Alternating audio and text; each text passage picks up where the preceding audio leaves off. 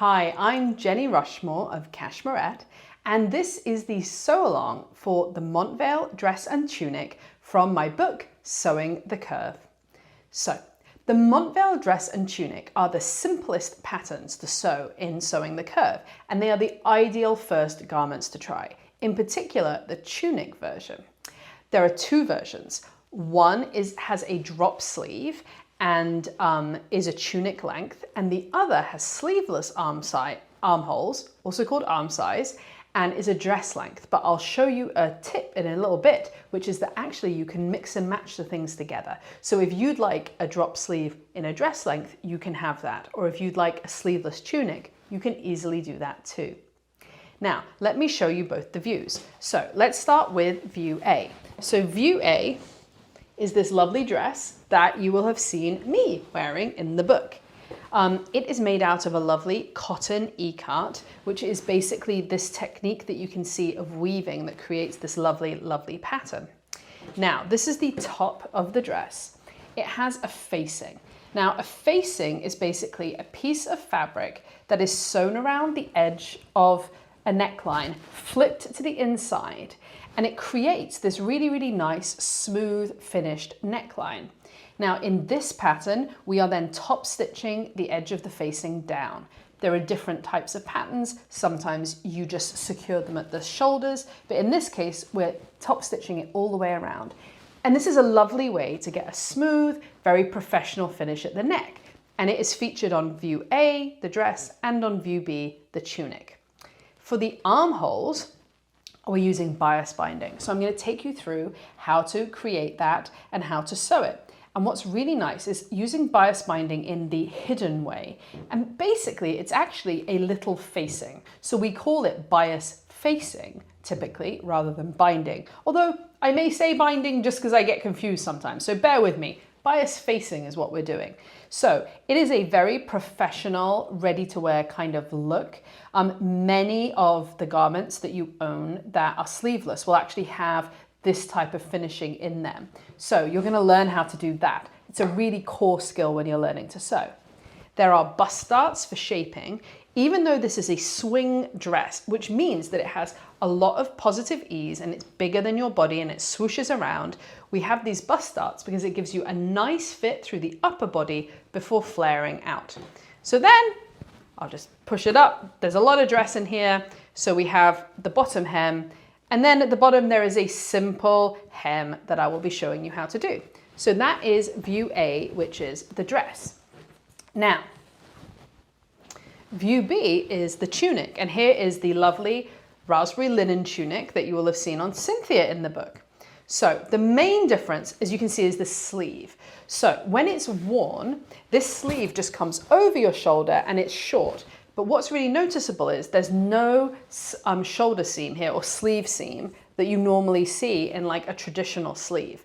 And it's also known as a cut-on sleeve because the sleeve is just coming out of the main body. This is by far the easiest type of sleeve to sew. So that's why I put it in this very first beginner pattern. So we're gonna show you basically the construction of this, which is very, very similar to construction of sleeveless. It just has a longer shoulder seam here. And then I'll show you how to hem the end of the short sleeves. And then as I mentioned, this is just a tunic length, simply means you cut it at a shorter length. One of the cool things about sewing is that you can make very, very easy alterations on things like length. So if you would like this pattern and you love it, but you would like a crop top, no problem. Literally just draw on the line of the length you want it to be. Or if you want it to be a maxi dress, again, that isn't a problem. In Sewing the Curve, if you go to the section on basic adjustments, I show you all about how to lengthen or shorten to get whatever the result is that you want. So in this sew along, I'm going to be taking you through some key skills. Sewing woven fabrics, sewing darts, sewing a neck facing, adding side seam pockets, which are in view A, the dress, sewing an armhole with bias binding, which becomes a bias facing, and hemming a woven. So before we start, the first thing you need to do is pick your size. So I recommend consulting Sewing the Curve, the book, carefully and reading it through first because it's really critical to getting a good result. the first thing you need to do is measure yourself. Make sure that you're wearing the same underwear, the same bra as you'll be wearing in the final garment, because especially if you have big boobs, depending on what bra you wear, you will find that the size of your bust can be very significantly different. Once you have measured your bust, your waist, and your hip, I recommend using our size calculator. And basically what that is we created a calculator where you don't even need to learn how to figure it out from charts. It's a good idea to do that for other people's patterns. But if you're making a Cashmerette pattern, we skip a step for you. Go to cashmerette.com/sizing and you put in your typical bra size. Don't worry too much if you're between bra sizes, you're not exactly sure. Your rough bra size will be fine. And then you put in your high bust, which is the measurement above your bust, your full bust, your waist and your hip. And it will then tell you exactly what size or sizes to make. If the sizing calculator tells you that you need to grade between sizes, my recommendation is look at the bust size it recommends. That's the part that you really do need to follow. Now for the waist and hip, look at the finished garment measurements for the Montvale in the Montvale instructions. Compare your waist and hip to the finished garment measurements for that bust size. So what I mean is, let's say the sizing calculator says your bust is an 18, your waist is a 20, and your hips are a 22. So what you're going to do is go to the finished garment measurements for the 18, so for the bust size, and look at how big is the garment at the waist and hips. If it is still inches bigger than your waist and hips, you don't need to do anything. Just make an 18 and it will work. This does not work for all garments. This works specifically because of the type of garment it is, where it's very, very flowy. But as a result, the vast majority of you probably won't need to grade between sizes. But if you do not worry. First of all, there is guidance in the book, again, in the same section around sizing. And we also have a lot of further guidance on our website at cashmerette.com/grading. Now let's talk about the fabric for your Montvale. So first of all, the Montvale is designed for woven fabrics, not knit. So we're looking for non-stretch fabrics. And specifically we say light or mid-weight.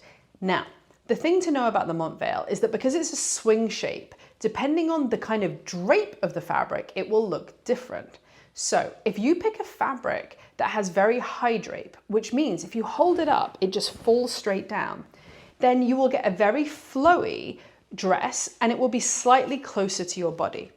On the flip side, if you pick something with a beefier drape, which means a heavier drape because it's a slightly heavier fabric, not heavy, but heavier, then it will stick out more from your body.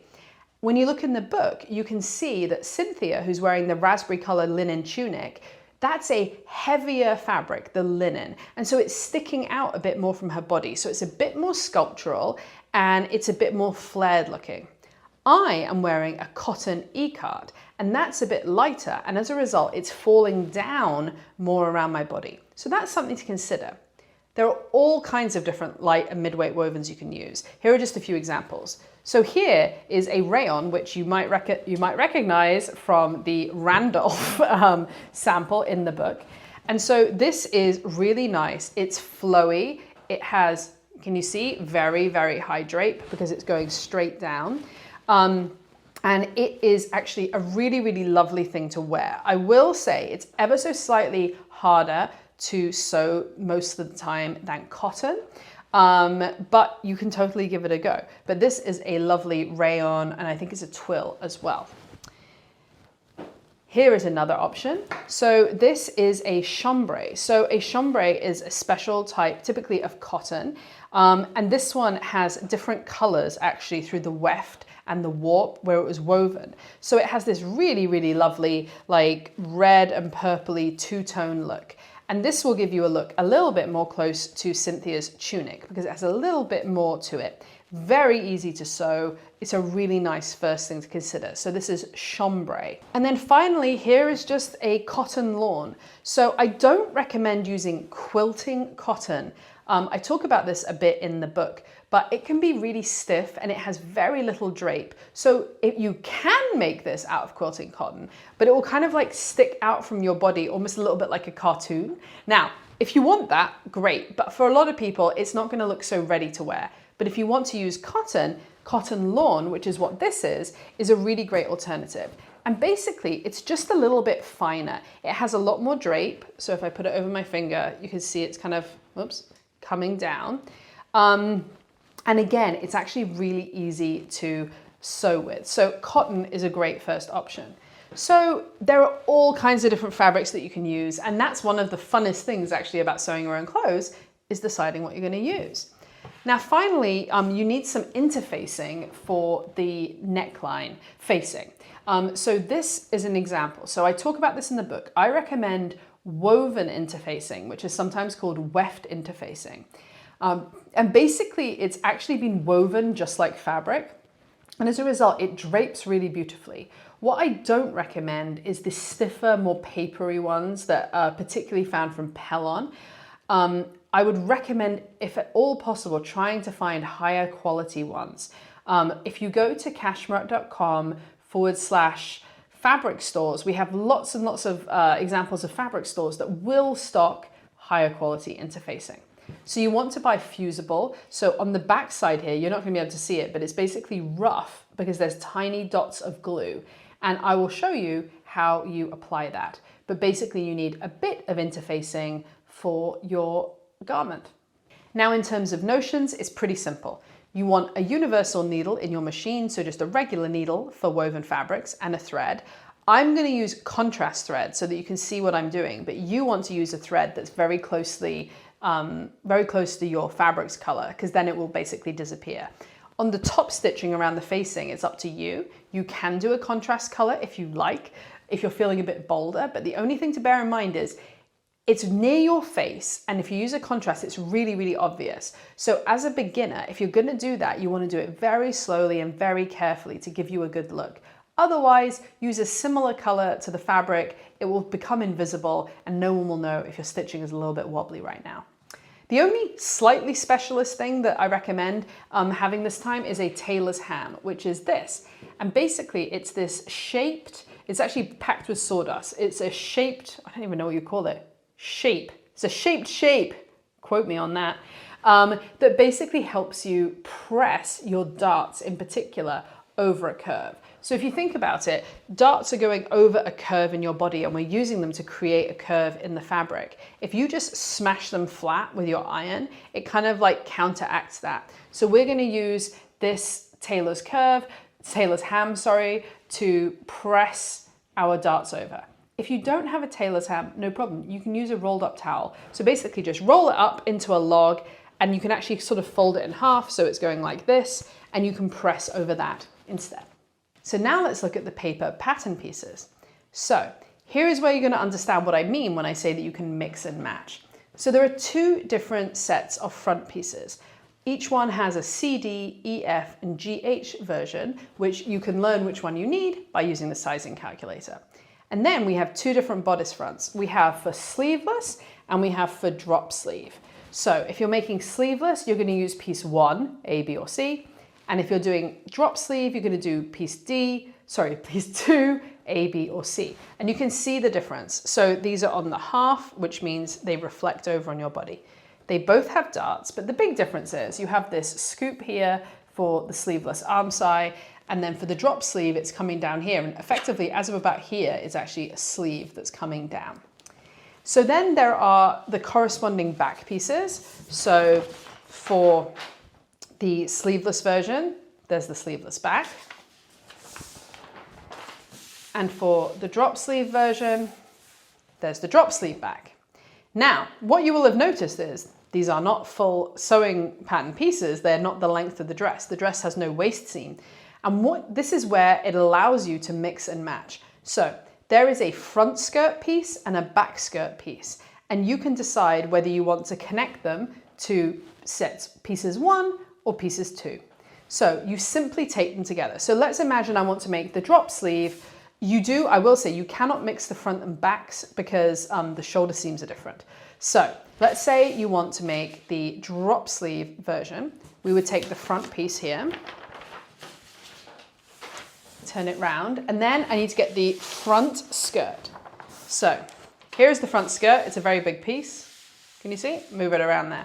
So you bring the two pieces together, and you do this before you are cutting your fabric. So you're making a pattern piece, and you get some tape, and you literally just line them up. Now you don't overlap them, you just butt them up, and there are multiple points that you can check you've done it right. You want them to be matching at either end, you want these arrows to be precisely meeting, and you want these 3 rectangles that are going across the piece to meet up. And then literally just tape them together. So now you are constructing your full-size pattern piece. Now you have another choice, which is on the length. So either view can be either length. So this is the drop sleeve one. If you want, you can make it the tunic. And if that's the case, you would then cut the pattern piece here and cut your fabric there. Or you can do the dress length easily and cut it here. So we then do the same for the back. So here is the back bodice, and here is the back skirt. So it looks very similar to the front skirt, and you do the same thing again. So you just tape them together, lining it all up. There we go. So now you have your back pattern piece. So there are a couple of other pieces as well. So we have the front and back neck facing. So here we go. This is the front, this is the back. Then we have for view A, the pockets. Technically, could you put the pockets in view B? You could, but the pocket might appear under the bottom of the hem of the tunic. That's the reason that we don't do it. However, if you lengthen the tunic a bit so that it was between the tunic length and the dress length, then you could put pockets in. And then we have the armhole bias facing. And what's unusual about this is you can see the grain lines on all of these pieces. So all of these pieces are cut in a regular way on the straight grain, except for this piece. Can you see the grain line is at a diagonal? That's because it's cut on the bias. So if we were cutting this out of fabric now, these would all be lined up so that the arrows are all in a straight line. And then we would want this to be in a straight line too, which means it's going to be cut at an angle like this so that the arrow is still on the grain line. And this is only if you're doing the sleeveless version. Now, these pieces look like what you will get if you send off the PDF patterns to print at a copy shop. You can also print them at home, and there's a big guide in Sewing the Curve on how to do that. Or you can trace them off the paper patterns at the back of the book. Now, the paper patterns at the back of the book are a little bit different than a regular pattern you would get from Cashmerette, because we had to fit 6 patterns in a book, and usually 6 patterns from us would be like a big pile of patterns this big. So as a result, the pieces are in some cases divided into 2 beyond what I just showed you, so you have to find the 2 pieces and put them together. But they are also printed in different colors and overlaid on top of each other. So what that means is you have to trace them because you would otherwise destroy the ones underneath. And it's slightly trickier, but I've got you. There is a video just all about how to use those pattern pieces and how to trace them off if you go back over to cashmerette.com, learn to sew. So that's what you need to know to start. So the next step is make sure your fabric is washed and dried, cut out your pattern pieces, and come back and we'll start talking about construction. So we're going to start by stay stitching the neckline of our front and back pieces. And that doesn't make any difference whether you're doing the sleeveless version or the drop sleeve version. And stay stitching is a type of stitching that stops the neckline stretching out.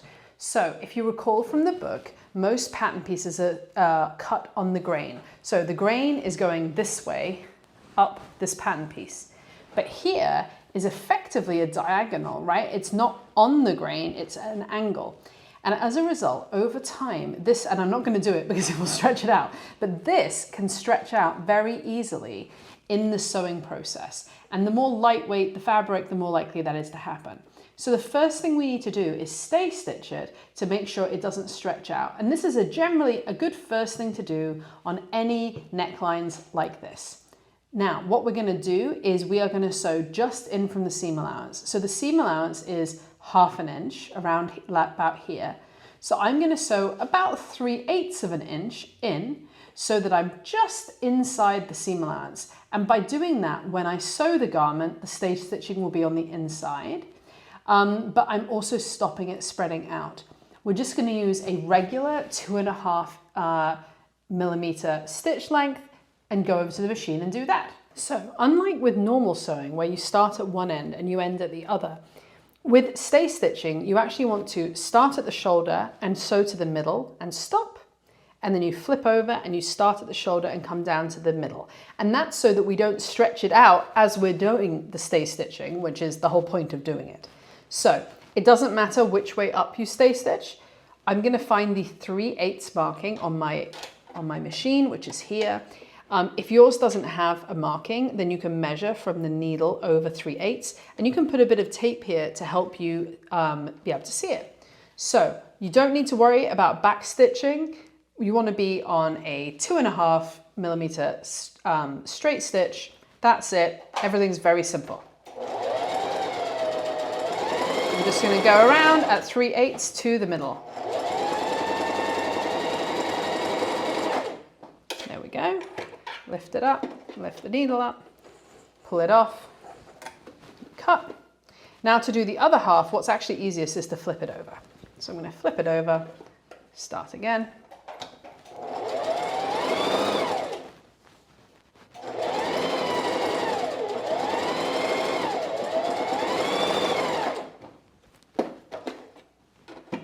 Lift it up, pull it off, cut it. And there is the stay stitching done on the front. So the stay stitching is done. I trimmed the various threads and I also stay stitched the back too. So now we are ready to move on and prepare our darts. So to sew a dart, the first thing you need to do is mark the dart on the fabric pattern piece. So here is the piece that I used for this dress, and here is the piece of fabric that I cut out. So there are various different ways to mark the dart, but I'm going to show you my favorite one. So what I do, and you can certainly do this when you are still cutting it out at the cutting out stage, is I'm going to line my pattern piece up on my fabric, and I'm going to take a pin and I am simply going to pin through the paper and the fabric there. Now what I'm going to do is I'm going to cut in, make little notches at either end of the dart legs here. So I'm just going to snip there and snip there. Now I'm going to carefully turn it over, making sure that the pin doesn't slip out.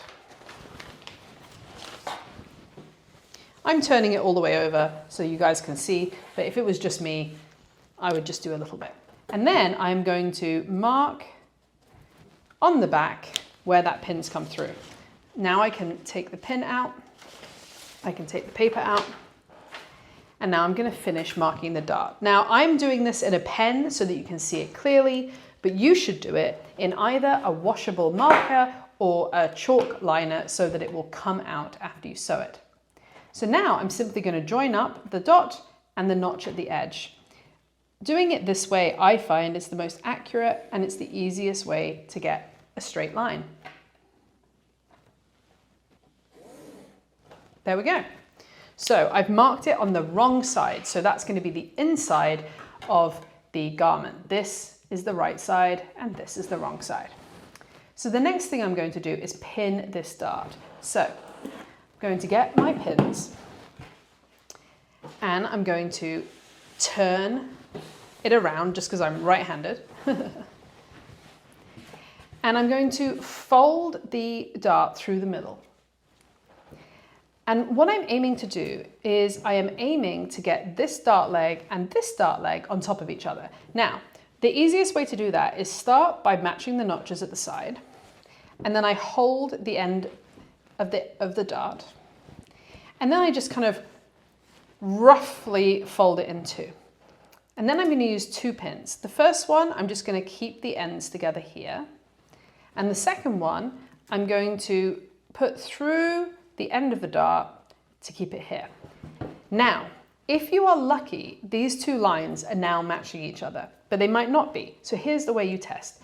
You take a pin through the middle on the one side and you look on the other side. Now, in this case, yes, it's almost identical, but let's just imagine it was a little bit off. I'm just gonna push it. Oh, it's not matching. So in that case, you would turn it over and you would try and line these up. And basically you do that until, oh, see, that's actually slightly off now. You do it until the dart legs are precisely matching up. Now, usually I have you pin at a right angle to the seam, but sewing darts is one of the times when I do recommend pinning along the line, because it will help you get an accurately pinned dart. Okay, so there it's pinned. Now, something to bear in mind, when you put it into your machine, you generally want to have the smaller amount of fabric to the right of the needle and the larger amount of fabric to the left. So when I'm pinning this side, I'm pinning like this so that I can pull the pins out as I sew. For the other side, I'm actually going to pin it in the opposite direction. Now, if you don't, this is fine. And as a beginner, it doesn't matter. But what we are going to do is we're going to start always sewing at this end and end at this end, which means that you want to be able to pull the pins out this way. If they're that way, it's actually very difficult. Okay, so with this dart pinned, let's go over and sew it. So now I have the dart at the sewing machine. So as I was explaining before, the dart extension is on the right of the needle, the whole rest of the garment is on the left. And I'm going to start at the end, at the side seam, and I'm just going to take this first pin out. Never want to sew over pins, you're going to have a problem. I'm on a straight stitch, 2.5 millimeters. I'm going to take 2 or 3, roughly, stitches forward, press the reverse button and go back, and then carry on. So that was back stitching. I'm going to carefully go along, taking out the pins as I encounter them.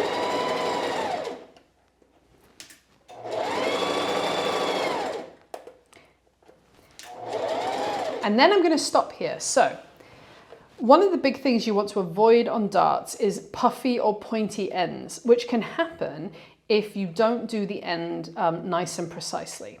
So the first thing I'd say is you don't backstitch here. So whatever the technique you want to use, you don't backstitch. What I'm going to show you today is the easiest thing to do as a beginner. There are different ways, and I talk about that in the book, Sewing the Curve, but I'm going to show you the easiest way. So to do that, I am literally going to sew off the end of the dart. So I'm sewing on nothing. I'm going to lift the needle, lift the presser foot, and then I'm going to pull it off the machine and cut the threads a few inches along. So I now have just gone straight off the edge and I've cut the end, I've continued sewing basically on thin air. So now I am going to separate these two threads, the needle and the bobbin thread, and I'm simply going to, hold on, they're a little bit wound up there. So one thing you can do is use a pin to separate them, if I can get it going. There we go. Okay, so I've got the two threads here and I'm simply going to knot them. So I knot them a couple of times just because you don't want it to go away. But by doing this, you're getting a really nice, neat point. So I've done that, and now all I'm going to do is trim those threads off right there. Okay, so both darts are sewn now. Now we need to press, and this is a really important step to make sure that your darts look good. So the first thing you're going to do is press them flat. And what that means is press them just like they were sewn. So it was sewn like this, and I'm just going to press it flat. So just like this. And there we go. Okay? Now you're going to open up your dart, and you want to get your tailor's ham or a rolled up towel, but you basically just need a curve.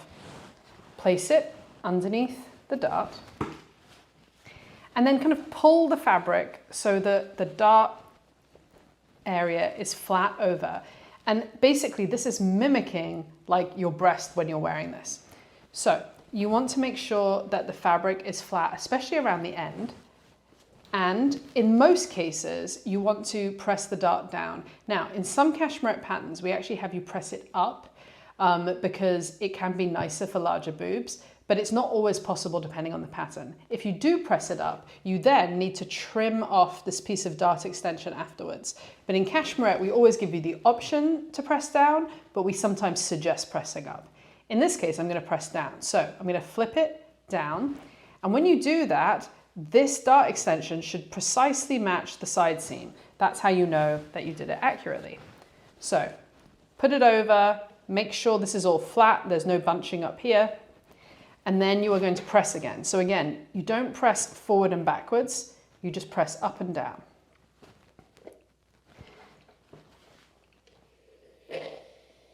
You can use a little steam. There. So that's nice and flat. And then the final step is pressing it from the right side. Now, if you are using nice fabric, you definitely want to use a press cloth. I am not here because I am just demonstrating it for you. But you would want to use a press cloth, and that will help protect your fabric. And now you want to press from the right side. So now you have a nicely pressed dart and it has a rounded shape. And now you simply do the other side. So if you're making view A, the dress with the pockets, now is the time that we attach them. So you have your front piece, it's stay stitched, you've done the darts. We're going to move down to the side and identify the two pocket notches. So let's look where I put them. So they were here and here. So just, a couple of inches down from the dart. Then I'm going to take one pocket piece. Now, you will have two that have been cut in this direction and two that have been cut in this direction. So you need to find the one where you're doing right sides together, okay? And it looks like this. If it's the opposite way, it's on the opposite side. Now, the pocket also has two notches at the top and bottom, and you want to align them. If for any reason they are not perfectly aligned with the notches on the dress, just use the top ones to align and you will be fine. So let's just spread it out here. So the edge of the pocket will align with the edge of the side seam. This notch matches this notch. And I'm simply going to pin in a few places along the side seam. Now I'm going to sew this pocket down here. And then I'm also going to finish the seam allowance of the pocket along here in whatever way you feel like. So a zigzag can work, or you can use pinking shears or use an overlocker. So I have sewn that seam at a 1/2 inch seam allowance and I finished the edge. So now we're going to do a bit of pressing. First, I'm just going to press the seam flat, always a good first step. And then I'm going to flip this over. Now I'm going to flip it over so that it ends up going over the seam allowance here. So this isn't folding over, just the pocket. I'm going to spread it apart and then I'm going to press again here. Now we're going to do what's called understitching, which is basically done to stop the pocket flipping out and being visible on the outside. Now, particularly if you use a contrast fabric like I am here for the pocket, that's especially important because it means that that won't be sticking out when you wear the garment. So what we're going to do is we are going to sew about 1/8 of an inch in from this seam. So we're going to be sewing this pocket to this seam allowance that's underneath here. So let's go over to the sewing machine and we'll do that now. So in order to sew about 1/8 of an inch in from here, there are a couple of different options. So the first thing is you can just eyeball it. The problem is that the presser foot is much wider than 1/8 of an inch. So unlike usual, there isn't going to be a marking here. And usually there's also not a marking on the presser foot itself for 1/4 of an inch. But you've got a couple of different options. The first option is just to look somewhere on the presser foot if there's something distinctive that you could use. So for instance, in this case, I could say, okay, I'm going to align the seam between the metal and the plastic bit, and that's roughly, it's ever so slightly more, 1/8 of an inch. That's one option. Another option is if you have the ability to move the needle on your machine, that can help you. So in that case, I'm going to match the seam to the middle in the way I normally would if I was sewing. But then I'm going to use the dial to move the needle over to the right. And that actually is almost exactly 1/8 of an inch. So if you have that option on your machine, that's the one I recommend using. So now I'm simply going to sew down this edge. Back stitch. Keep everything flat. And back stitch at the end. And there we have our understitching done. Okay, so both pockets are now on the front piece, you can see here. And we did exactly the same thing on the back piece. So the next thing we're going to do is sew the shoulder seams. So this is pretty straightforward. So here's the back, right sides up. I'm going to take the front and I'm going to put them right sides together. Get my pins and I'm going to pin them across the shoulder. So if you are doing the drop sleeve version, it's exactly the same. It'll look a little bit different and I'll show you that in a second, but you are still pinning across the shoulder. Just in that case, the shoulder is longer. So I'm going to pin across here. Okay, and now I'm simply going to sew across both shoulders. So by movie magic, these seams have been sewn and they've also been finished. Now we're going to press the seam allowances towards the back, which is typically what you do with side seams. So I'm going to use my pressing ham again here, and you don't have to use a ham, but it's actually quite convenient here. Place it over, use my finger to push the seam towards the back, and then just press. There we go. Do the other side. Push it towards the backs with my fingers. And one thing that's important to know when you're sewing is you want to keep these seam allowances going in the direction you press them when you sew over them again. So when you are attaching the facing and when you're doing the seam binding, make sure that this is stayed in the same direction, because if one end goes the other way, so for instance, if you sewed this flat and this flat, you're going to get this bump in the shoulder seam, and that's the kind of thing that makes your garment look a little bit less professional. So make sure that the seam allowances are always going in the way they've been pressed when you then sew over them. So that is the view A shoulders if you are doing the sleeveless version. But I also wanted to show you the view B shoulders.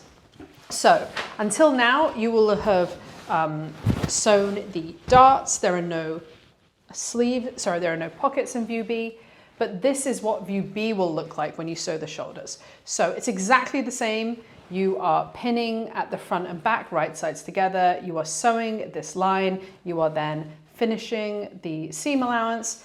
And again, you will just press, and this has already been done, press the seam allowances towards the back. So if you're making the drop sleeve, that's what it will look like. So now we're going to move on to preparing the neckline facing. So the first thing that you need to do is put the interfacing on the facing. And I'm going to show you the way I show you in the instructions. And then I'm going to show you a way, which in some ways I think is even easier, called block interfacing. So this is the first way. So this is the back piece, that back facing piece, which I cut. And this is an identical piece from interfacing. It has the rough glue facing up. And so what I'm going to do is I'm going to place the pattern piece, the fabric piece, wrong side is going to face the glue. So it's important that you get this correct, otherwise the whole thing will be wrong. And I'm going to place it on top of the interfacing. Now there's a couple of different ways that you can do this, depending on what surface you are pressing onto.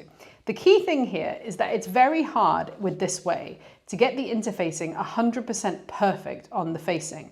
But if you iron on the fusible side, it will gunk your iron up. So what we're trying to do is avoid doing that. So in this case, what I'm going to do is that the sticky bit is facing up to the wrong side of this.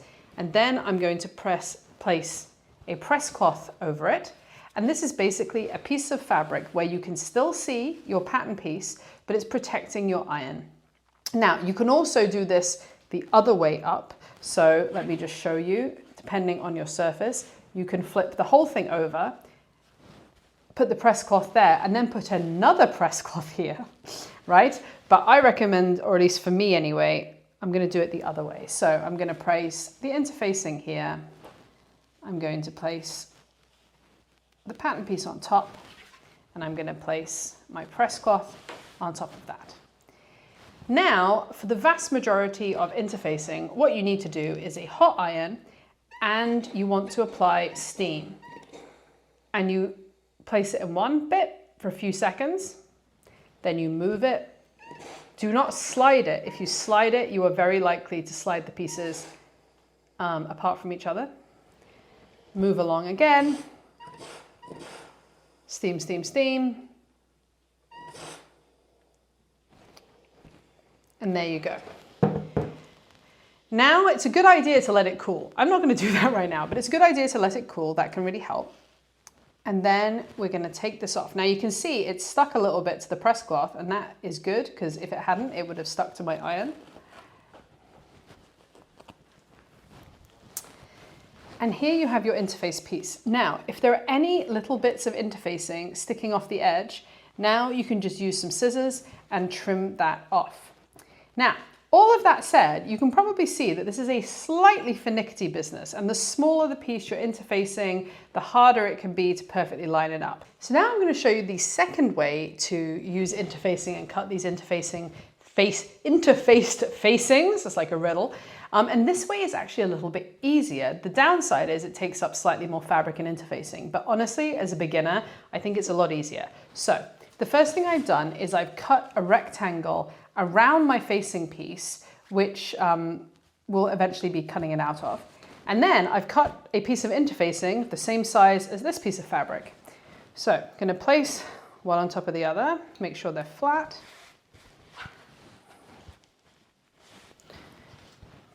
I'm going to put my press cloth over, and I'm going to interface all of them together. Okay. It's a little bit sticky up there, but my prediction is it's not going to matter. So now you have a fully interfaced piece of fabric. And you can probably see where we're going here. It's going to be a lot easier. We are just going to cut our pattern piece out of this. So in this case, what I'm going to do, just going to, so you still have to make sure you line up the grain line and cut it in the right direction. I am not going to check that right now, but you can do that. And then you are just going to cut this piece out. So in this case, I'm going to just mark around it. I am doing this quickly, but you would do it more properly than this.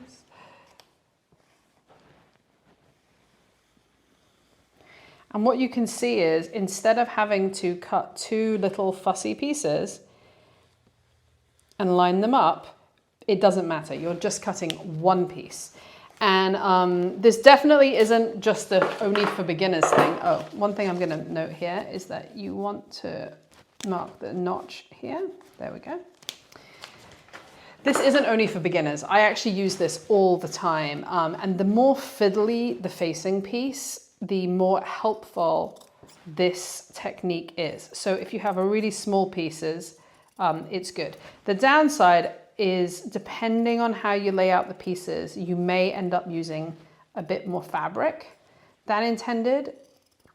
But for me, it is a small price to pay for perfectly interfaced pieces.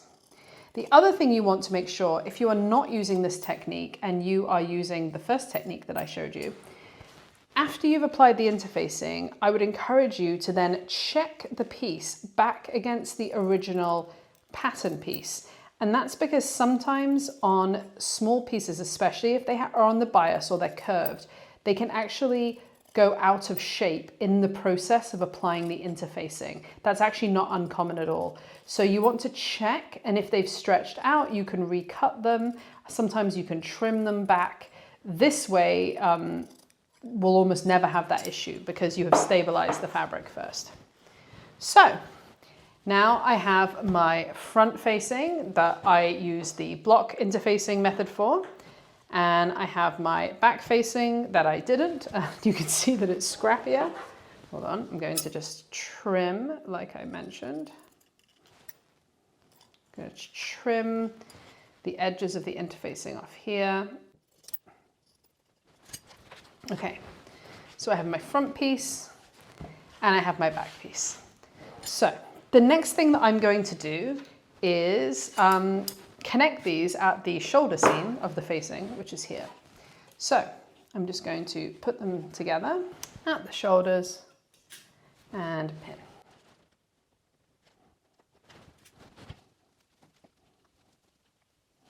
There we go.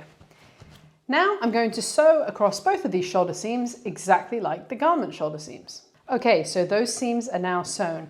You do not need to finish these seams allowances because they're going to be eventually enclosed inside the garment. Okay, so now we're going to press the seam allowances apart. If you are using a thicker fabric, you can also trim that down first if you want, but for something that's thinner, like what I have here, it's not a problem.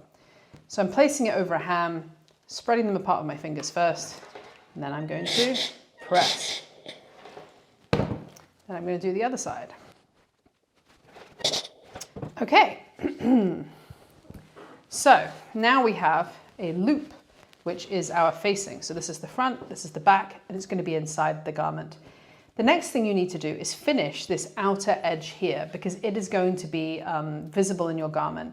So again, you can do a zigzag, you can use pinking shears, or you can use an overlocker.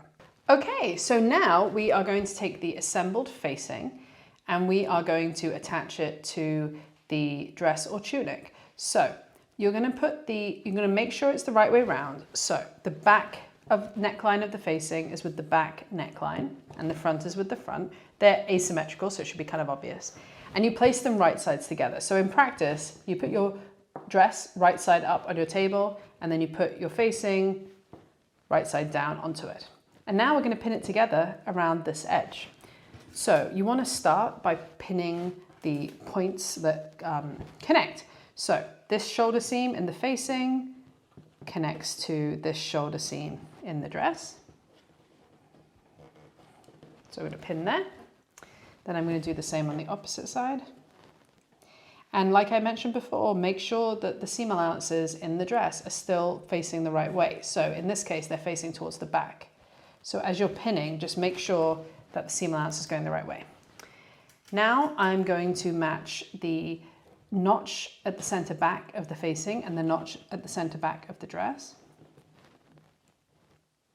If you didn't already notch the center back of the dress, you can do that now. And then front and front. Now, if everything was cut perfectly, everything else is now going to match. So I'm going to do each section. So yep, that actually matches really well. So this is where if you don't stay stitch, it's possible that your neckline stretches out and is no longer the same distance as your facing. Okay, so I'm just going to keep on pinning around. You know what, this should be on my right because I'm right-handed. Make sure that they're exactly matching at the edges and that the neckline isn't slipping away. And then just continue pinning all the way around. The more you pin, the more stable it will be.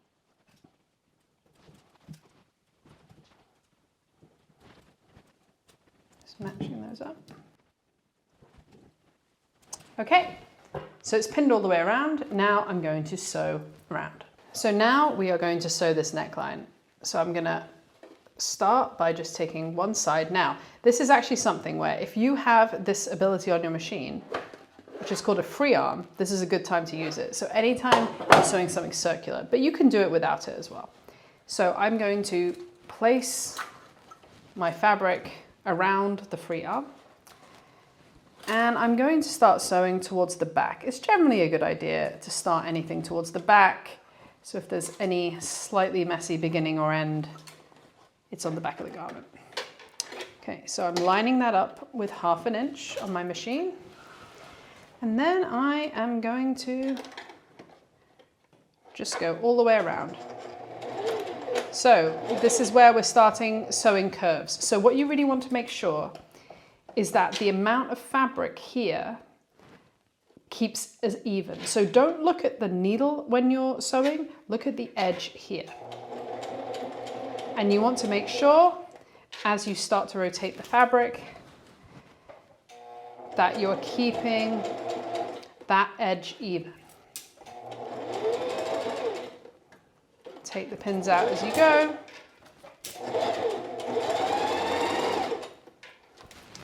And this is the kind of thing that as you get more experience, you will be able to do faster and faster. There is nothing wrong with stopping and starting and rearranging the fabric, as you have seen me do. I think when I started sewing, I kind of assumed that you just started and you always just continuously went to the end of a seam, but that is not it by any means necessary. And it's a lot easier to start and stop. So keeping it flat.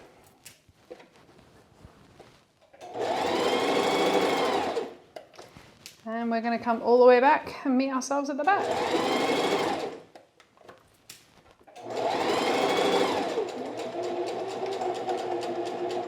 Back stitched a few stitches there. Take it off the machine. And that is sewn. So now this is sewn all the way around. The first thing you want to do is just press it. You really want to do that with every seam you sew before you do anything else. It helps flatten the stitches and it will help any future stitches work better as well. Okay. So now we are going to do understitching, and that is something which is like with the pockets, and we already discussed, where it will stop the facing showing on the outside. And in this case, I'm using a contrast color facing, so you'll really be able to see how we're able to hide it. Before we do that, I just want to make a few snips into the curviest bits of the facing. And what that will do is help the facing to get a nice curve at those points when we turn it inside out. Otherwise the fabric will bunch up. So I'm just making a few clips. You want to go right up to, but not through, the stitching line. If you do go through the stitching line, you need to go back and re-sew it because there will be a hole in your neckline and you don't want that. So those are the main places that I recommend clipping. Now, we are going to flip this to the inside, but not the whole way. So it's a bit confusing, and this is one of the reasons why having a video for this step is really nice. So we're going to flip this over this seam allowance like this. Now, in reality, unlike the image in the instructions, you actually can't get it all to stay there at the same time.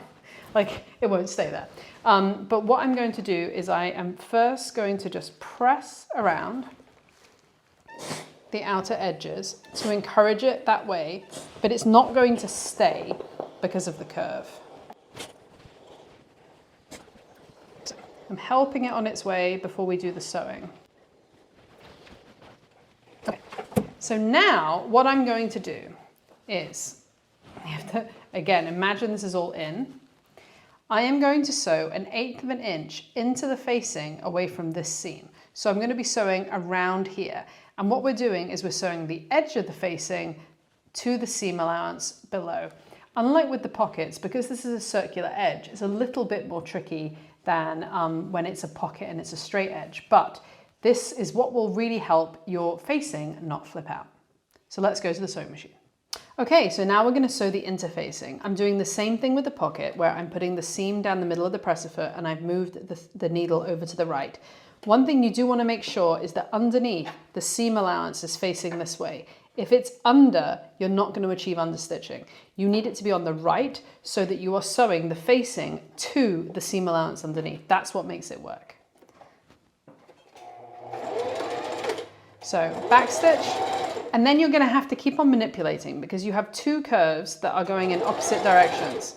So you're going to have to keep on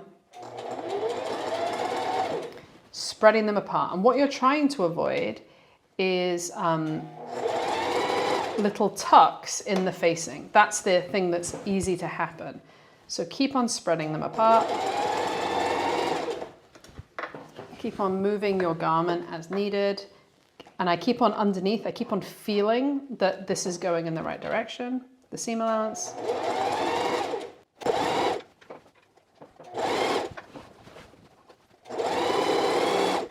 The less curvy bits are easier.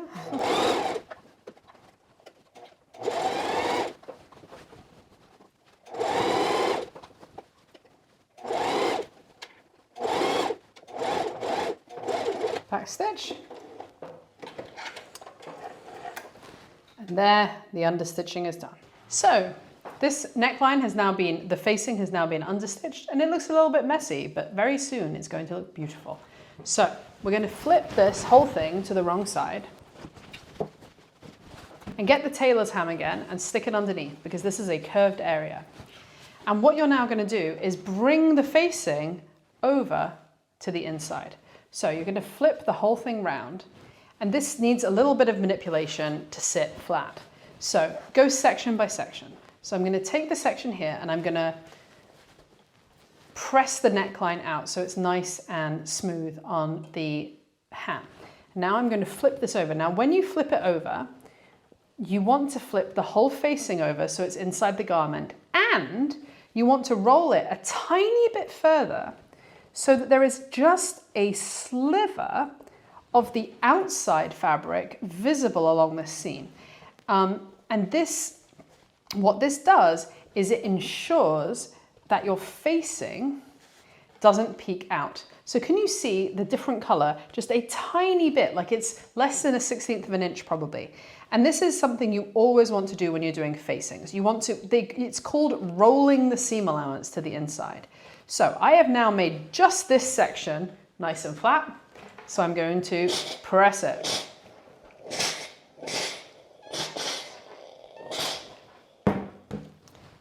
So I'm going to keep it there.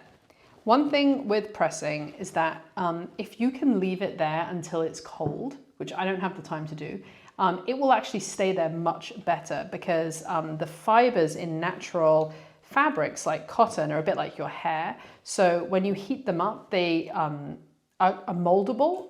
And then when they cool, they set. So it's like curling your hair. You have to heat your hair up, put it in curlers, it molds, and then but you have to let it go cold, because if you don't, it'll just fall out. So it's the same principle with fabric, especially with natural fabrics. It's not the case with synthetics, but with cotton or with linen or with silk or wool, that's the case. Okay, now we've got this nasty side over here. Let's do the same thing. So this is nice and flat. Bring this over, bring the facing over, make it all nice and flat, have a tiny bit of the outside there, and press again. Okay, then I'm going to move to the back, and this is where clipping that curve really helps, because this would have buckled really badly if I hadn't clipped it. Then the final segment. This is the kind of thing I feel is much, much easier to understand in a video than in instruction booklet. It's hard to capture the three-dimensionality of it. Okay, and then I just think I'm gonna redo this bit here. Okay, now it's a good idea to flip it back to the right side and check what your neckline is looking like. So you want to make sure that it's looking the edge is looking even, that there aren't any puckers, and that you're not seeing the facing slipping out. So I am just going to press from the right side. You should use a press cloth. I'm not, so that you can see it. I'm going to go around here.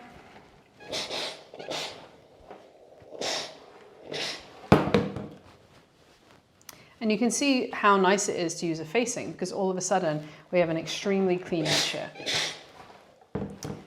Okay, so now what we're going to do is we're going to anchor down the facing. So in practice, what this means is, and the reason this buckles, by the way, is because it's a curve. If you put a curve on a flat surface, it buckles. When you put it on a curve, like a tailor's ham, it sits flat. So what we're effectively going to do is we're going to anchor down the outside. So instead of this flappy piece inside, it's actually sewn down. Now, you really want to do that from the right side of the fabric, because when you use a sewing machine, the stitch on the right side of the fabric from the needle thread is actually a much higher quality than the stitch quality of the bobbin thread. But if you're a beginner, this is something where I would say, if you do it from the wrong side, just to make it a little bit easier, that's okay. The challenge, and this is what you're going to see, is that from the other side, you cannot see the edge of the facing. So here is what I recommend doing. So the first thing that I'm going to do is I am going to pin the facing down, but from the right side, because we're sewing from the right side, because it can shift. So I'm feeling underneath, and you can double check afterwards. But I am pinning the facing down. So I'm feeling with my fingers underneath for the edge. And then you can just check on the other side. Is it flat? Yes. Obviously, if it isn't flat, you adjust it.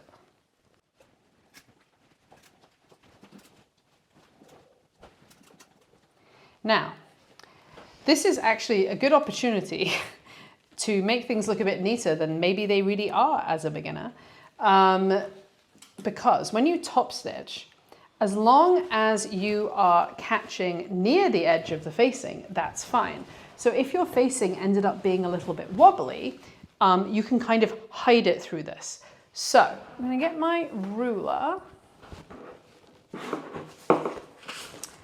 So the facing now is 1.5 inches from the edge of this fabric. So we want to sew just under 1.5 inches to ensure that we capture it, because if you sew at 1.5, you may miss it.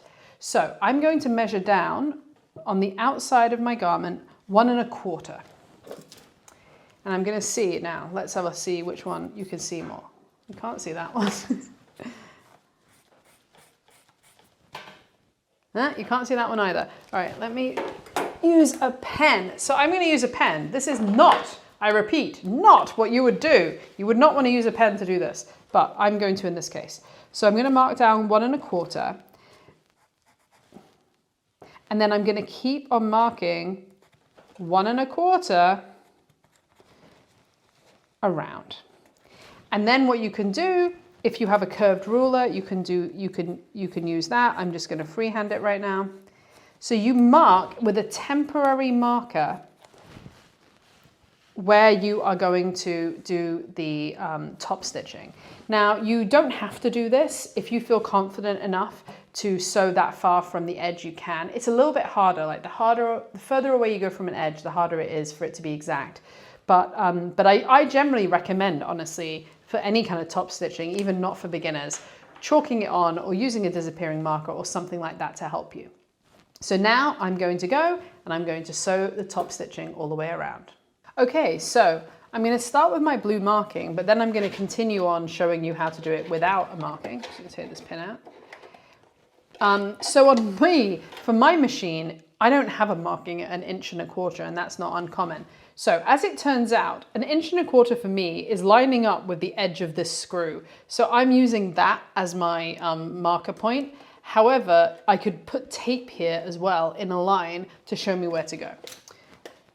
So ideally, do not start where I'm starting. So I'm starting in the middle front. You don't want to do that. You want to start on the back. I'm starting here just because that's where I did the blue line. But you want to start at the back because the ends of the top stitching are going to be the least attractive bits. So for top stitching, it's up to you, but often a longer stitch looks nice. So I'm going up to a 3.5. And so I'm going to go around.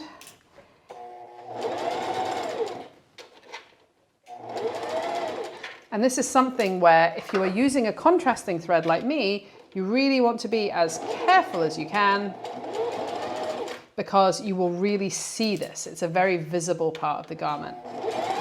If you are not using a contrasting thread, it does not matter as much.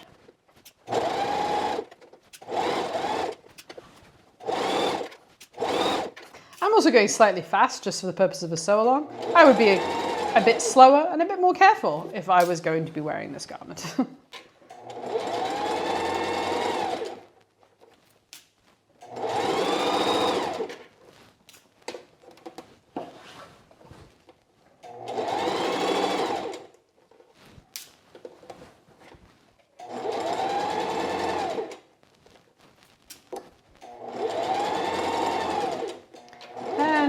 You want to meet up exactly, backstitch,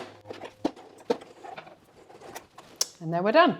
So I have gone around my top stitched facing, and now you just want to press it. So it's amazing sometimes. You might think something doesn't look that great, and then once it's pressed, suddenly it looks much, much better. And this is where, as you can see, if you're feeling confident, you could use a contrast color stitch to make a nice feature of this edge. All right, there we go. So we now have a really nice face neckline. And this is such a nice skill that you are going to use in all kinds of garments. So great one to know. So next, we're going to sew the side seams. So we're going to fold this whole thing in half, right sides together. I'm going to get rid of this. Okay, so I folded the whole thing right sides together. Now we're going to pin down the side seam first. And as you can see, we've got the pocket to consider. So it's slightly more complex than you might imagine. So I'm going to begin by matching the underarm seams. And then we have various markings or points on the side seam where we know that we have to line things up. So the bottom, the top of the dart leg here, there is a notch on the back, so you can line those up. And then the tops of both pockets should be lining up exactly. So when you pin them, you want the side seam here to be facing towards the pocket on both sides. Okay, so you don't want this flipping back. You want them both facing the same way. So there's an anchor there, point there. Okay, so we've put our 3 key pins here. So now I'm just going to add a few pins in between. And it's a good idea to do one that goes through the bottom of the dart, just because that has a tendency to want to flap.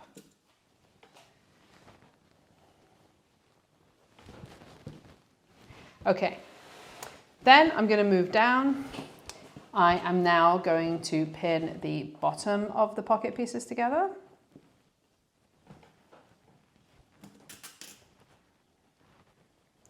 Okay, and then now I'm actually going to pin all around the edges of the pockets. So smooth them out, make sure they're totally aligned, and then I'm going to pin them together.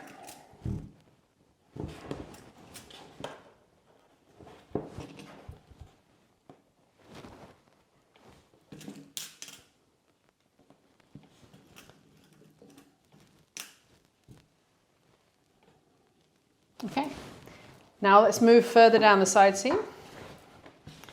We've got the bottom skirt, and this is pretty simple. I would match the bottom first and pin, and smooth the whole thing out. There we go, and pin down here.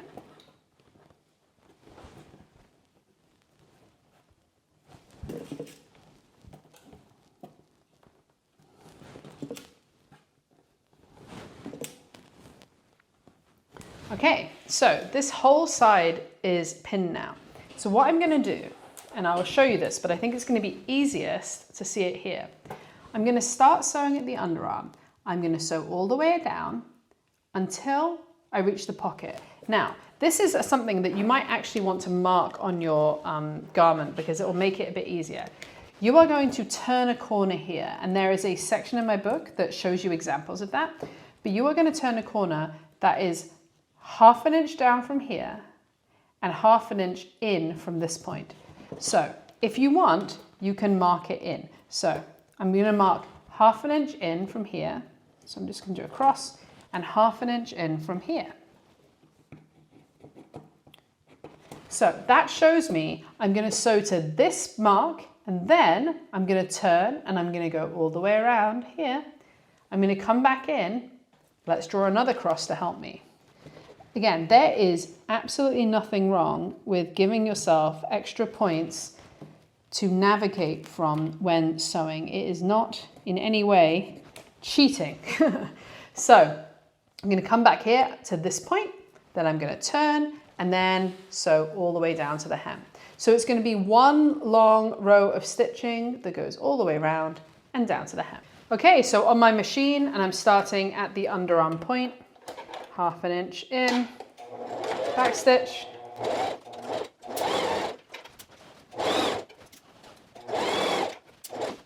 okay, and now I'm approaching the cross, and you can use the hand wheel if you want to slowly turn it. So now my needle is down. Now I'm going to pivot. So needle's down. I'm going to raise the presser foot and I'm going to spin the fabric around the needle. So this is a fundamental skill in beginner sewing, pivoting. So now it's facing the right way to come down here. Presser foot back down. Carry on. Now I'm keeping my eye to make sure this bit of fabric at the edge is even.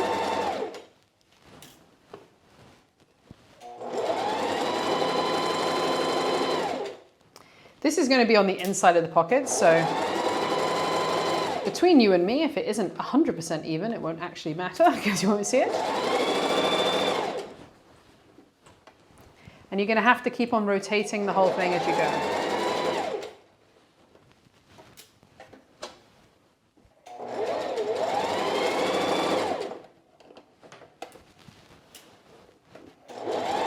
Okay, and now we're approaching the cross again.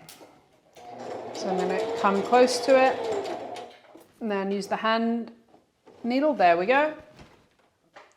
Needle down, presser foot up, pivot. Down, and we go again.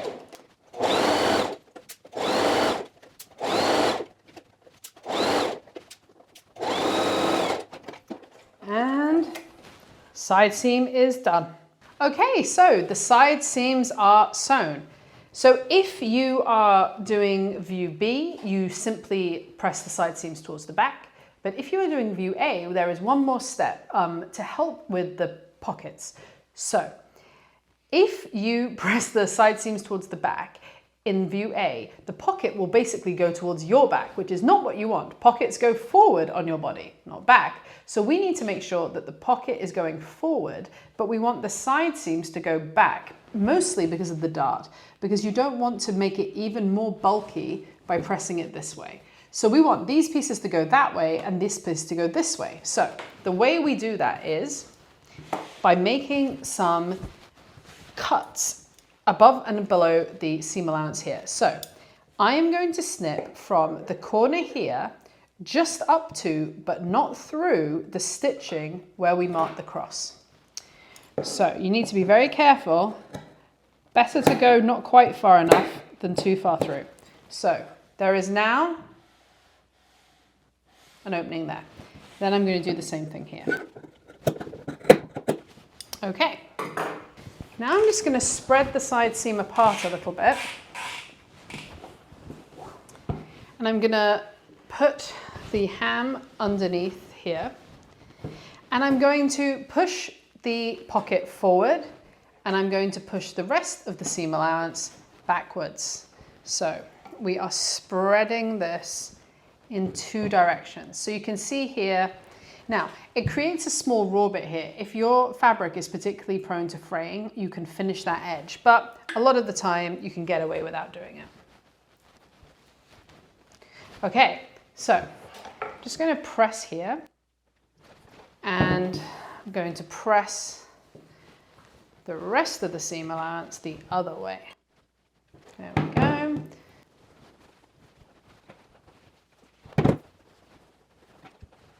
Okay, now as you can imagine, if we just left it there, give it a bit of time and the pocket would go straight backwards again.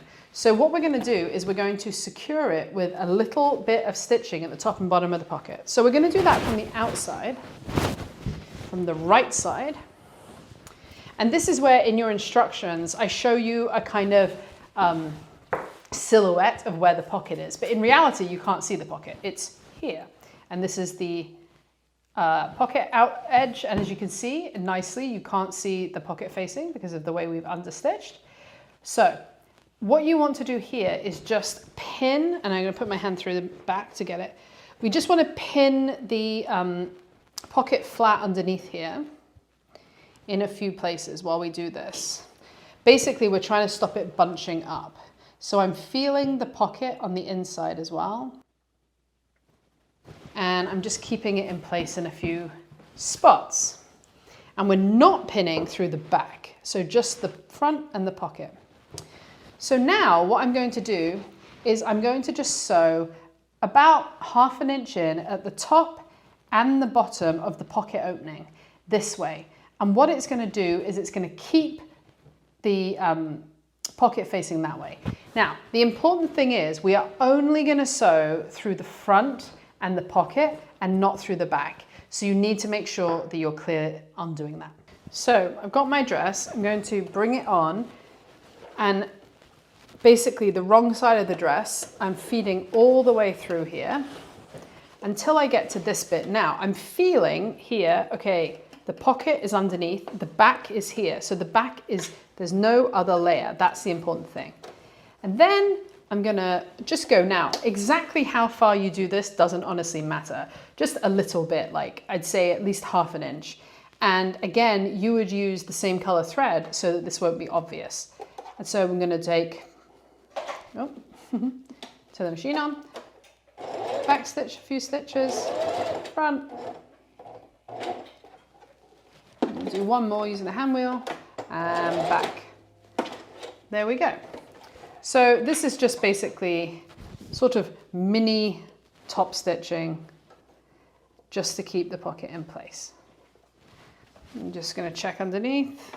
Yep, that looks fine. Then I'm going to move along to the other end of the pocket. Again, you want to feel that it's under there. I'll take this pin out and do the same thing.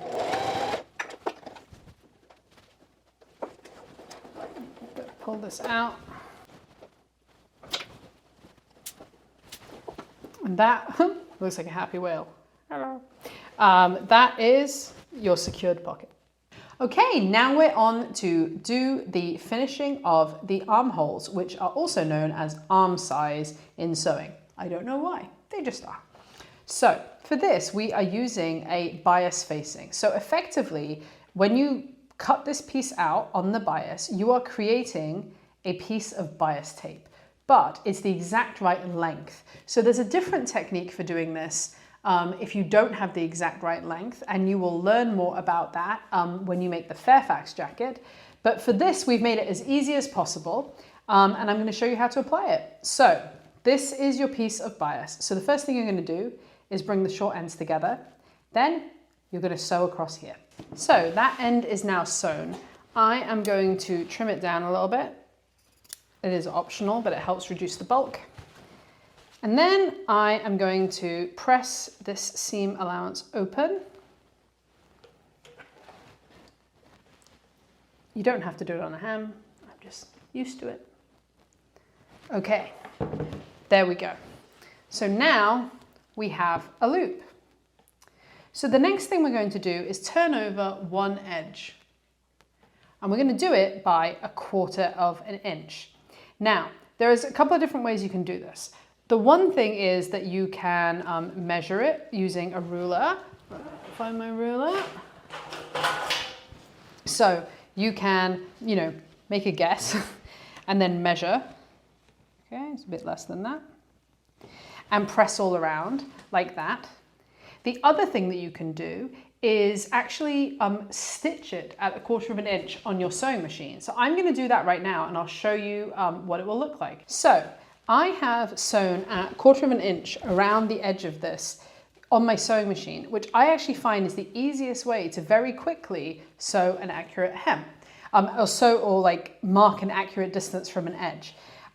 You would want to do this in a color that matches your binding. I'm doing it like this so that you can see it, but it's a really good little trick when you have to fold over an edge.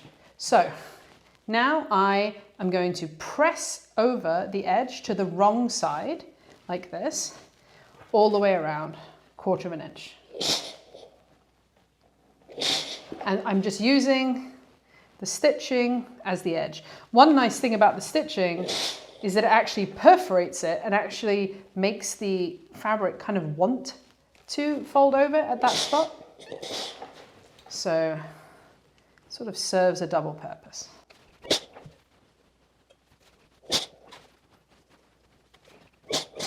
Okay, so now you have a band. There's a seam here and it's going all the way around. It has this lip of 1/4 of an inch to the wrong side. So now we're going to pin it to the bodice. So to pin it to the bodice, it doesn't actually matter which side you do because it's basically identical. You want to make the loop so that the raw edge is going to match the raw edge of the armhole. And you want to align where this seam is with the underarm seam of your dress. So the first thing to do is align the underarm seam. And remember what I said about making sure that the seam allowance is going the same way. So make sure this seam allowance of the bodice is still going towards the back so it doesn't twist. And then basically you simply do all of the rest of it. So you keep on going around, matching up the edges. Now it should match exactly. There's no reason that it won't. But if for any reason it doesn't match, then you either want to trim down the bias if it's too long, or if it's too short, you actually should recut that piece because you will not get a nice result if it isn't matching exactly. So I'm just going the whole way around, matching the raw edges. Okay, so that's now gone all the way around. In the instructions, you see it kind of like this, but this kind of really shows you how difficult it is to show things in 2D instructions, because in fact, you know, it buckles and it stands up, but that's what it looks like. So now what I'm going to do is simply sew around the whole edge 1/4 of an inch, so 1/4 of an inch in from the raw edge. So I've now sewn the bias all the way around at a 1/4 of an inch seam allowance. So the next thing we're going to do is understitch, which again, we've already done it twice. It's to stop this showing on the outside of the garment. So what we're going to do, same as last time, we're going to flip this, which is effectively a little facing, over the seam allowance. So the seam allowance is underneath and it's here. And we're going to press that round, and then ultimately we are going to stitch it again. So I'm making sure that the seam allowance is flat here. And I'm pressing it away. And when you're doing this, you want to keep this edge, the first edge that you pressed, keep it over, so don't press it out.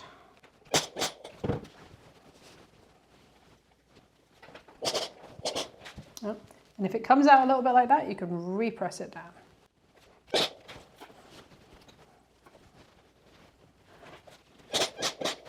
Okay, so now I'm going to understitch.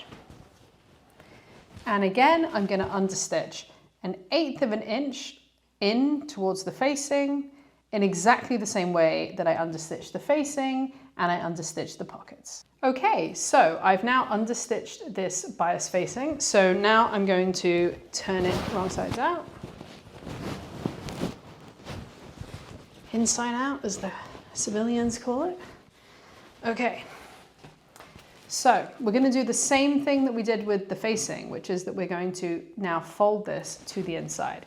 So I'm going to get my ham in there again, and I'm going to pull the facing over to the wrong side. And as we did with the neckline facing, we're going to make sure just a little bit of the outside fabric is visible here. So we're rolling the seam to the inside. And that is what's going to get us a really nice finish. So I'm just going to go around in sections doing that again and again. And you want to make sure that this outer edge remains folded under. If it isn't, refold it under now.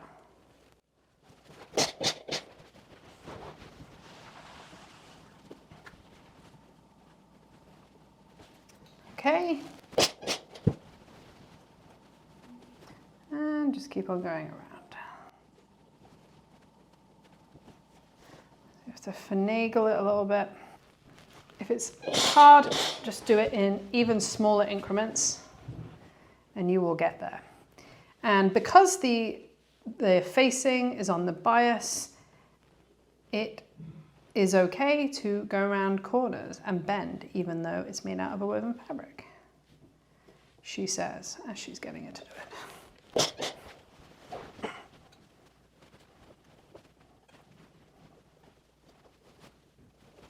So bias binding, mostly a lot of pressing. Okay, so I've pulled it back to the right side.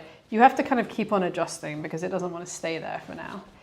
And so just check that all the folding to the inside has worked nicely. So it fell out a little bit there. So that's why I'm just re-pushing it around the corner and making sure that the bias tape isn't sticking out. And at this point, I'm also going to pin it flat from the right side.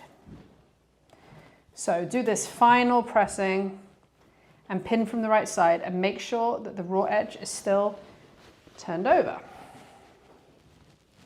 It's good to do it from the wrong side first, but you really need to now do this second pass.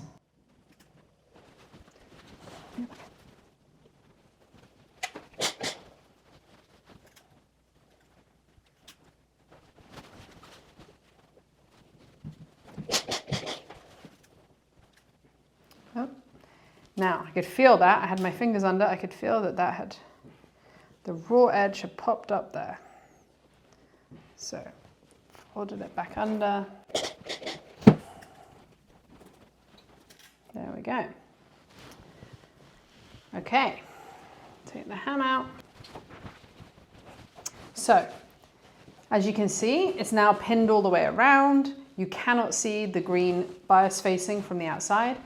And now I am just going to top stitch. So the top stitching is much like when we did the facing, but it's easier because it's closer to the edge. So this time you want to be top stitching about 1/2 inch from the edge. But ultimately what really matters is just that it's a tiny bit less than the width you have here.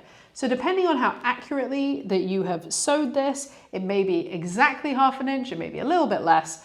And again, it's another nice one where you have an opportunity to make it neater on the outside than the inside. So even if your bias is a little wobbly on the inside, you can do an even top stitching on the outside. So I'm going to do that now.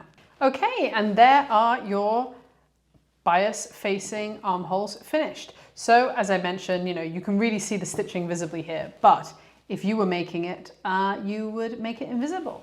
And it's a really, really nice way of finishing sleeveless armholes. And it's a very, very common way of finishing them as well. So now you know how to do it, you are going to be able to tackle lots and lots of different projects.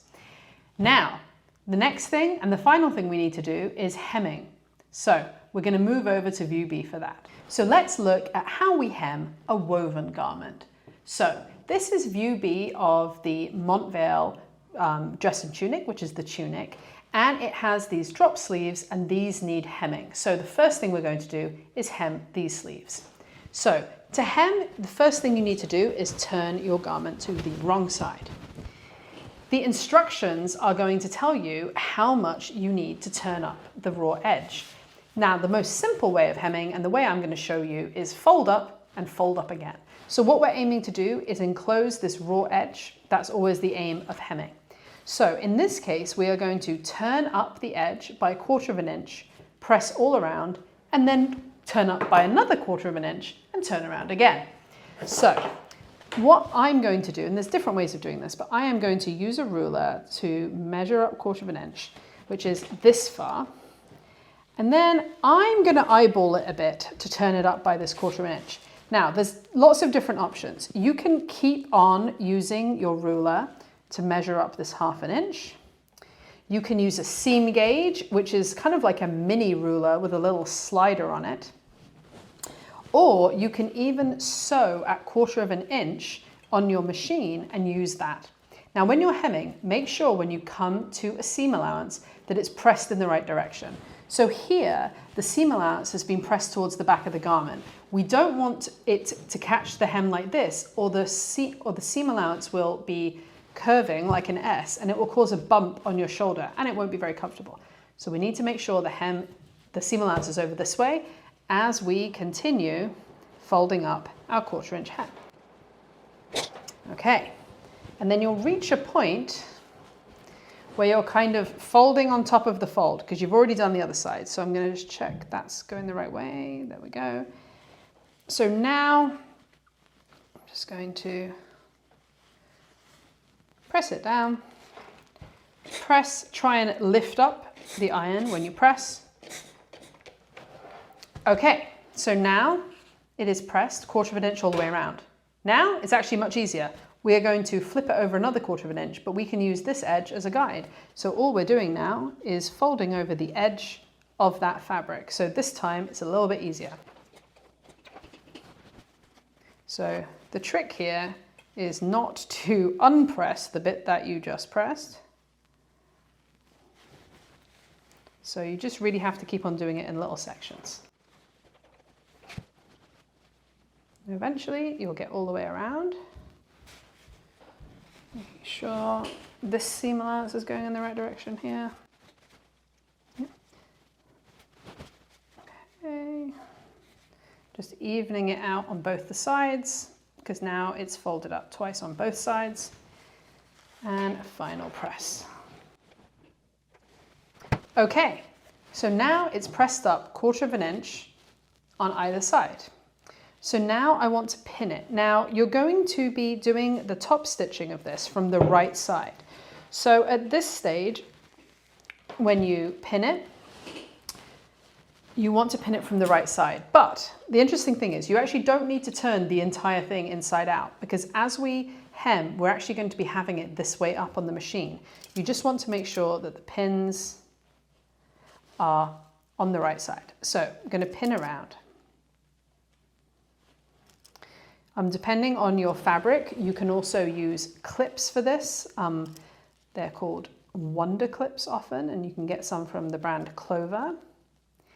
You can also use Wonder tape, which is this dissolvable, washable tape that will stick down your hem while you sew it.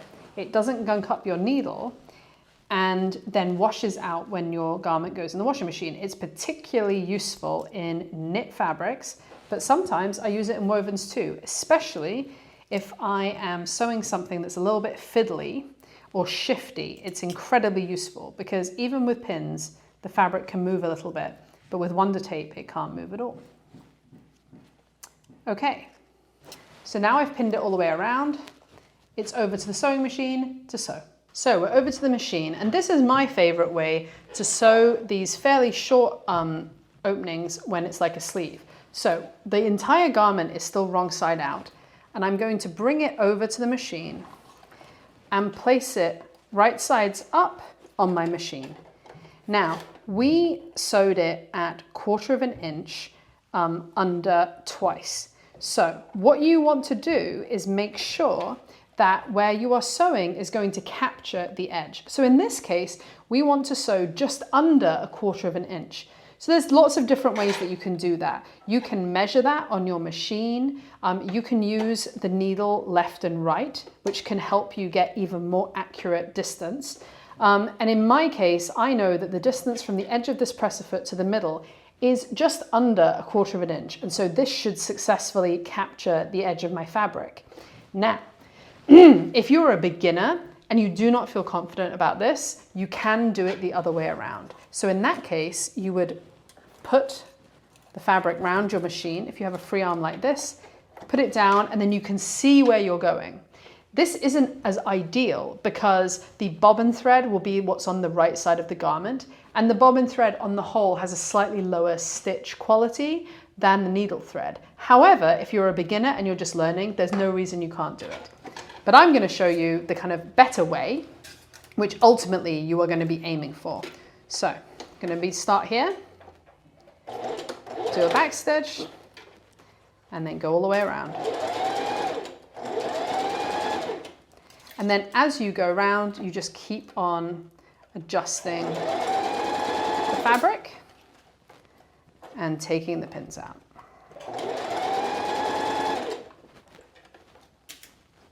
Make sure the seam allowance is still facing the right way.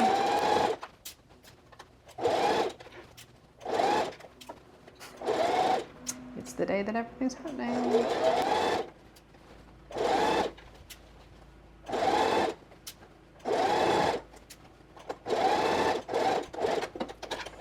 Okay, and there you can see that it is stitched very evenly around, all on the right side, and you just want to check that it caught the hem all the way on the wrong side.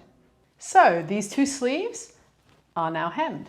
Now I'm going to show you how to hem the bottom of a top or a skirt. So with the sleeve hems, we just did them just then with an even 1/4 of an inch turn up. And some sleeves are like that, but some sleeves are also like what we're going to do here, which is where you do a small turn up first and then a big one. So you can either turn the entire thing right side out, which I'm going to do, or you can do it from the wrong side, but let's do it the right way. Okay, so the first thing we're going to do for this garment is turn it up by 1/4 of an inch. So it's exactly the same as what we did for the sleeves. So I am going to eyeball it. You can either eyeball it or measure it or do a line of sewing at that 1/4 inch. And sometimes that's actually the easiest thing to do. The only thing about if you do that is there is a small chance that your stitching will show, in which case you want to make sure that you're using very similar color thread. Okay, when you come to do the second side, you can actually just follow the first side, assuming that your front and back are the same lengths. If they're not, then that won't work. Okay, so what I tend to do is I tend to do the middles out first, and then I do the ends because it's a little bit more difficult. So then I open it up and I put it flat. Make sure the seam allowance is facing the same way that it was originally sewn, and then you can turn it up across the end. Now sometimes your hem doesn't perfectly meet at the edges, and that's okay. You can just even it out there. A little bit of steam helps there. Okay, now I'm going to do the other side. Okay, now we've done this 1/4 inch, but now we're going to turn it up by 3/4 of an inch. So this is a bigger hem, and this is more typical for skirts. So I'm once again going to use my ruler to measure 3/4 up. So there are, again, all kinds of different ways to do this. I'm just going to pin it there, and then I'm going to measure up 3/4 there and pin there, just to give myself some waypoints for doing this. But there are lots of different ways that you can mark that for yourself. So now I am just going to press that 3/4 of an inch up. If you are doing pins, watch out that you don't have plastic head pins, or if you do, make sure you don't hit the plastic heads or you will be melting them. Okay, so I've done the one side. Now I'm going to do the other side. And this time I am, again, because I know the front and back are going to be the same length, I am just going to use the existing edge. And you want to make sure the first 1/4 that you turned under remains turned under. Okay, now again, I'm going to go to the ends.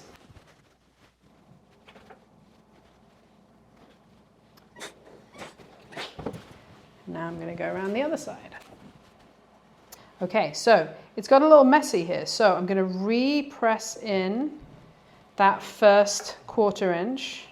And this sometimes happens because other layers can get trapped behind. So sometimes you need to go in and repress. Okay. Now we need to pin that down to make sure that it doesn't shift around while you are sewing. And ideally you want to pin from the right side. So much as with sleeve hems, you do have the option to use clips, or you can use Wonder tape, which is the double-sided dissolvable tape. Now I'm showing you here how to machine sew the hem, but you do actually have another alternative. So a machine sewn hem is, pretty common, you see it a lot. But if you're making something that's a little bit more refined, it's nice to not have visible stitching on the right side, in which case you can do slip stitching by hand on the other side. For that, you can check out my separate video. That's at cashmerette.com/slip stitching. The other thing you can technically do is a blind hem, but I'm telling you right now, blind hems are very confusing. I do know how to do them, although I feel like I have to relearn every single time because there's a certain interesting origami. So as a beginner, definitely not what you would be starting with, but maybe one day you will get there. Okay, so the skirt is pressed up, it's pinned, so now we're going to sew it. So as before, you want to hem just a little bit less than what you folded it up by. So in this case, I folded up the hem by 3/4 of an inch. So I am going to sew it at 5/8 of an inch. And then that should ensure that I capture it all the way around. One thing you can do if you want to give yourself even more visual guidance is use a bit of tape like this. So washi tape works, painter's tape, masking tape, any kind of semi-permanent tape. Temporary tape, not semi-permanent. And what you do is you line it up where you want the hem to be on your machine, and it makes it very easy to just visually see, especially if you're doing thicker hems where you don't have any reference here. It can be particularly helpful. So I'm going to place my thing here, start, and just go all the way around.